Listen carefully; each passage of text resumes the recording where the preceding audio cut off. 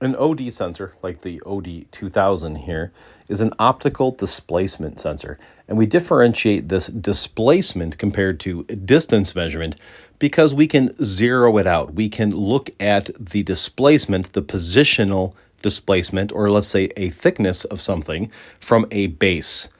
So we can zero out a base, zero out a starting point, kind of like hitting tare on a scale, but this is a distance version of that. So we can go from a absolute measurement, but we can change it to a relative measurement, which we'll do here, and we can zero it out. And then anything we put under there within the measurement range will give you basically that thickness or that diameter without having to do a bunch of math and other things in a PLC.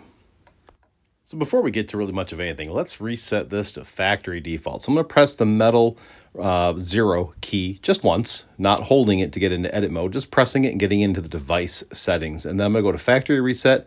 I'm going to say yes, hit the middle button, and now I can do a factory reset and start from scratch. So when I put a target in like this, I can see I get a 69 millimeter distance from the surface of the sensor, but what does that tell me? It doesn't tell me too much in a displacement application.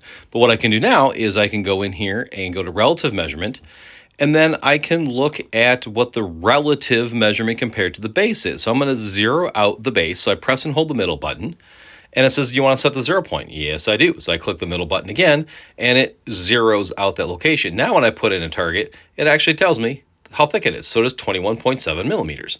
Now it is negative because it got 21.7 millimeters closer to the sensor. The other thing you can do is you can put in a part, zero it out, and look for notches or divots or deviations, or should I say displacement from that base. So I taught 0 on the case. Now I can move it to just that little divot, and I'm getting about 0.3, 0.4 millimeter divot. You can get analog output for distances and switching outputs, as well as I/O links. So what we're going to do is we're going to click the button, just the middle button once, and we're going to go down and we're going to go to the Q1, that's the output. I'm going to go to single point teach, and I hit the button and it taught the base unit.